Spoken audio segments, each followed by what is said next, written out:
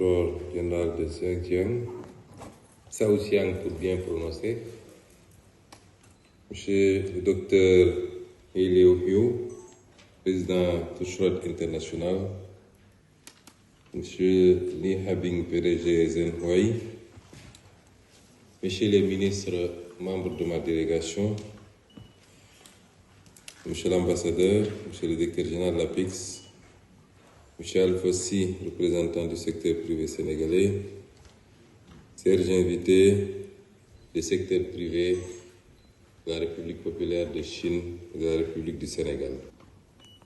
Mesdames et messieurs, nous sommes à la fois honorés et ravis d'être ici dans le cadre de cette visite qui revêt plusieurs niveaux et une importance variée, puisqu'elle nous permettra, là au niveau local d'abord, ce qu'elle nous a permis de démarrer par cette belle province du Shaoxiang, au niveau local qui nous permet de discuter avec ces autorités locales des perspectives de coopération entre la province, qui est l'une des plus dynamiques de Chine sur le plan économique, et la République du Sénégal. Cet aspect local également nous permettra, dans les jours à venir, de poursuivre les discussions avec les autorités de Tianjin et de Beijing. Donc la dimension locale de cette visite est importante.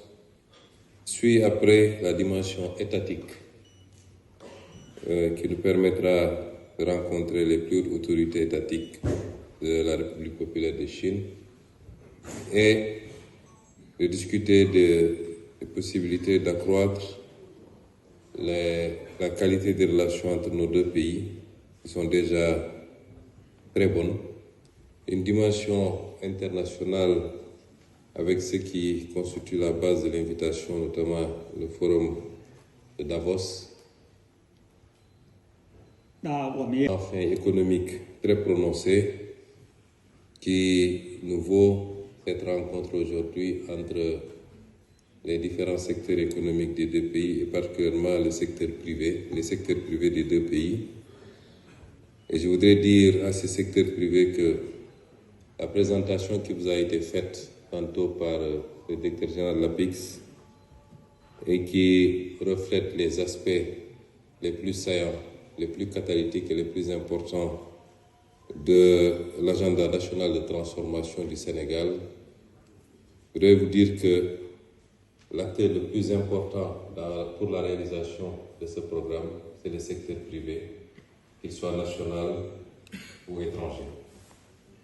Donc, entre une Chine qui a réussi, au bout de quelques décennies d'efforts intenses, et nous en félicitons le peuple chinois et les dirigeants chinois, a réussi non seulement à rattraper son retard, mais à se positionner comme l'une des premières puissances, sinon la première puissance économique, et une Afrique où tout est à construire.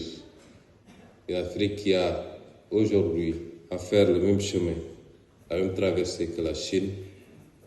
Entre ces deux entités, je pense que c'est des offres croisées qui se rencontrent, des besoins croisés qui se rencontrent, puisque la Chine, après avoir rattrapé son retard, est un pays qui a besoin de déboucher. C'est nouveau, qui a besoin, c'est vrai, de distribuer, mais également d'investir.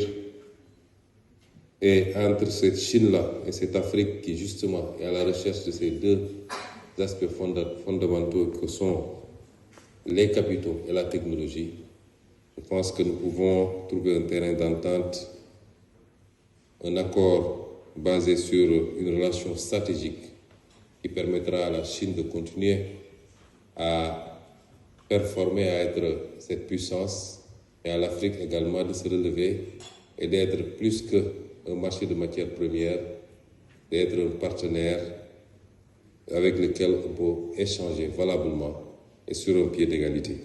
L'Afrique, vous ne connaissez pas bien l'Afrique. Quand on parle de l'Afrique, ils peuvent être amenés à penser que c'est un pays, un seul et même pays. L'Afrique, c'est plus d'une cinquantaine de pays, avec des réalités quelquefois diverses, éparses, avec un niveau de construction sociopolitique, un niveau de développement économique qui peut être très différent d'un pays à un autre, d'une zone à une autre, mais qui a la particularité d'être construit autour d'ensembles sous-régionaux.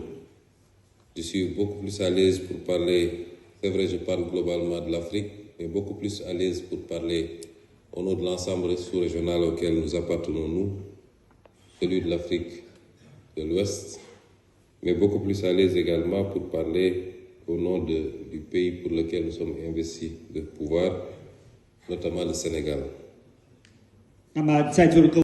L'Afrique, c'est un potentiel immense, ça a été rappelé ici, mais c'est également des défis.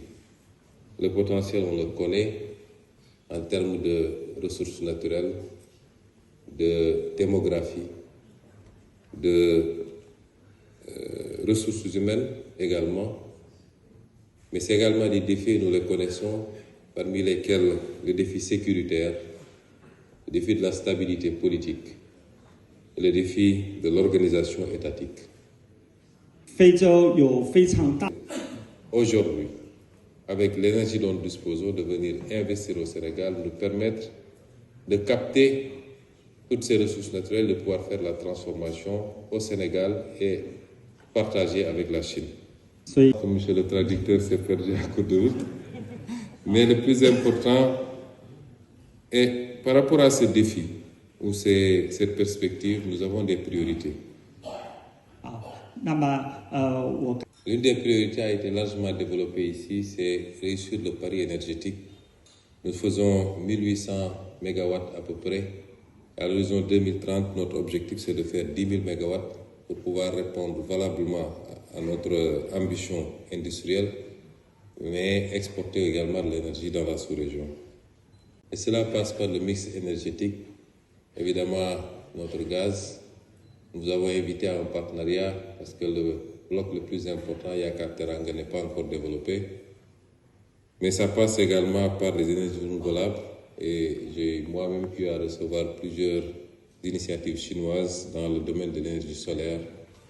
Nous espérons pouvoir faire des choses concrètes et rapidement avec nos partenaires chinois sur ce volet de l'énergie.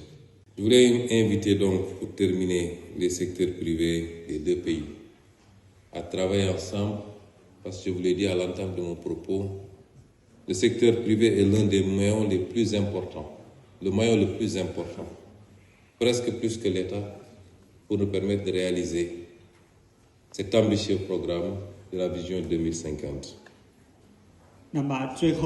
Nous encouragerons donc le partenariat privé-privé entre les secteurs privés de la République populaire de Chine et du Sénégal. Nous encouragerons les initiatives privées individuelles venant de l'un ou l'autre.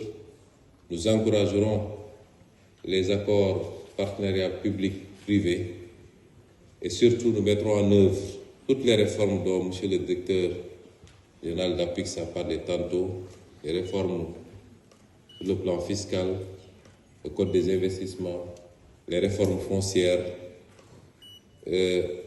toutes les réformes qui doivent accompagner ce processus et pour permettre à l'investisseur d'être à l'aise dans notre pays, d'avoir un investissement sécurisé, un retour sur investissement, parce que vous travaillez pour gagner, tout en faisant gagner le pays. Nous vous attendons donc impatiemment au Sénégal. Vous y serez à l'aise. C'est un pays réputé être un pays d'hospitalité. Son second nom, c'est la Teranga, qui en Wolof veut dire hospitalité. Nous vous invitons massivement à venir participer à l'œuvre de construction de notre développement, qui sera également une œuvre de construction du développement de la Chine, parce qu'on parle de prospérité partagée. C'est la philosophie même du président Xi Jinping.